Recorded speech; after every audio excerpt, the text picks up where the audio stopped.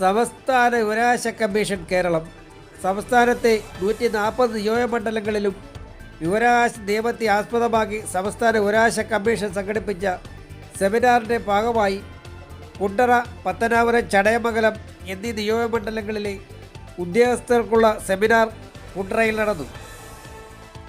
ഇതിൻ്റെ ഉദ്ഘാടന കർമ്മം ടൂറിസം, സിനിമ, സാംസ്കാരിക വകുപ്പ് മന്ത്രി PC വിഷ്ണുനാഥ് നിർവഹിച്ചു.